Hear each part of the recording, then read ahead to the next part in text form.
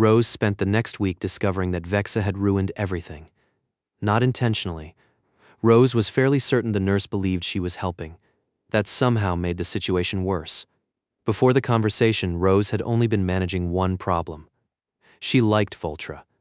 The situation was unfortunate, embarrassing, and completely impossible, but it was manageable. Then Vexa had asked the question. Now Rose possessed a second problem. Somebody else knew. The knowledge followed her everywhere. Every smile felt suspicious. Every laugh felt suspicious. Every moment spent enjoying Voltra's company felt suspicious. Rose knew, logically, that nothing had actually changed. Vexa wasn't treating her differently. Voltra certainly wasn't treating her differently.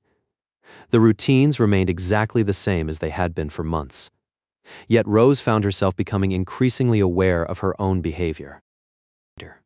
The irony was that Voltra appeared completely oblivious. If anything, the doctor seemed pleased. Rose laughed more often now. She spoke more freely. She offered opinions without hesitation. The nervousness that had defined her early months in Voltra's service had largely disappeared. From Voltra's perspective, these developments represented success. Rose was healthier, more confident, more comfortable. The doctor observed the results, concluded her efforts had been effective, and moved on with her life. Unfortunately, that confidence meant Rose spent an unreasonable amount of time worrying about things Voltra never even noticed. She caught herself watching the doctor during meetings.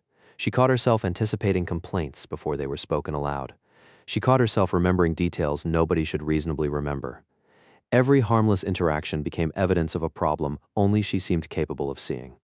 Reader, the hospital administration solved that problem accidentally. Several departments had accumulated years of neglected records, conflicting inventories, duplicated schedules, and filing systems that appeared to have evolved independently of intelligent oversight. Since Rose had quietly developed a reputation for organizing impossible messes into functional systems, she found herself assigned to help untangle the disaster. The project would only take a week. The assignment wasn't difficult. It was mostly schedules, inventories, and documentation. Rose accepted it immediately.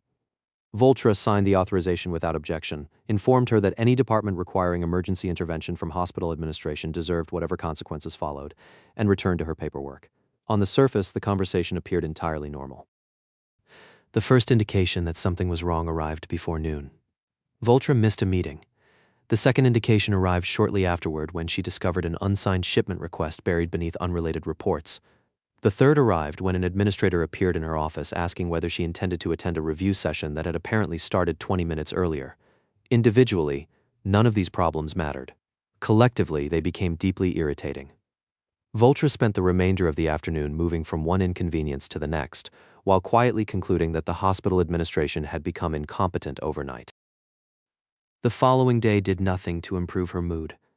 Reports arrived late, inventory requests disappeared, documentation appeared in the wrong departments. Information that normally arrived before it was needed suddenly required active effort to locate.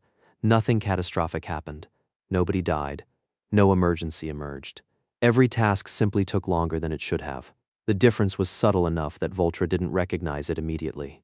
She only knew that the hospital felt less efficient than usual and that she was becoming increasingly offended by the experience. By the third day, Voltra had developed several new theories regarding the decline of professional standards. She was in the process of explaining one of them to Vexa when the nurse interrupted. The conversation had originally concerned patient schedules. It gradually evolved into administration, record-keeping, organizational failures, and eventually the apparent collapse of civilization. Vexa listened patiently while reviewing a tablet. She continued listening while Voltra identified flaws in several departments. She continued listening while the doctor outlined exactly why those flaws existed. Only after Voltra finally paused long enough to breathe did the nurse speak. Have you considered that the problem might not be administration? Voltra looked up from the reports spread across her desk. The expression alone would have discouraged most people. Vexa continued anyway. You've become dependent on Rose. The silence that followed was immediate. Voltra stared at her. Vexa stared back.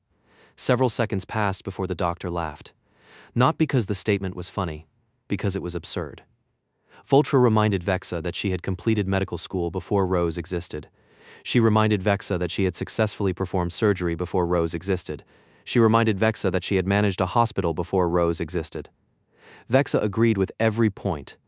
Then she asked why Voltra had spent 3 consecutive days complaining about Rose's absence. The question landed with all the elegance of a cargo transport impacting a wall. The conversation ended shortly afterward. Not because either woman had changed her mind, because Voltra had work to do. Unfortunately, Vexa's comment refused to disappear. Every missing report reminded her of it. Every forgotten meeting reminded her of it. Every administrative inconvenience reminded her of it. By the end of the afternoon, Voltra had become increasingly irritated by the possibility that Vexa might appear correct. Not because she believed the nurse, because she disliked giving Vexa opportunities to feel smug.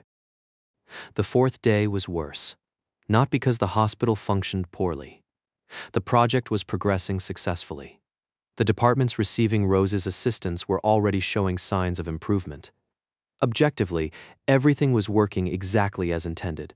That somehow made the situation more frustrating. Voltra spent the day solving problems that normally solved themselves. Questions remained unanswered, reports remained unorganized. Information required effort. By the evening, she found herself exhausted in a way that felt entirely disproportionate to the work she had actually performed. The following morning, Voltra entered her office and stopped. A neatly organized stack of reports occupied the center of her desk. Several schedules had already been updated. Inventory requests were arranged in order of priority. Notes had been attached where clarification was needed. The handwriting was unmistakable. Rose had returned. The realization produced relief so immediate that it annoyed her on principle. Nothing else had changed. The hospital was the same hospital. The paperwork was the same paperwork. Yet the sight of organized reports waiting where they belonged felt like discovering civilization had survived the week. Several minutes later, Rose entered carrying another collection of documents. She looked tired. The administrative project had apparently been exactly as unpleasant as expected. Voltra accepted the reports and immediately began reviewing them. Rose settled into the familiar rhythm of the office without hesitation. Questions were answered before they were asked. Schedules appeared when needed. Documentation arrived in the correct order. The entire morning proceeded with suspicious efficiency. By lunchtime, Voltra's mood had improved dramatically.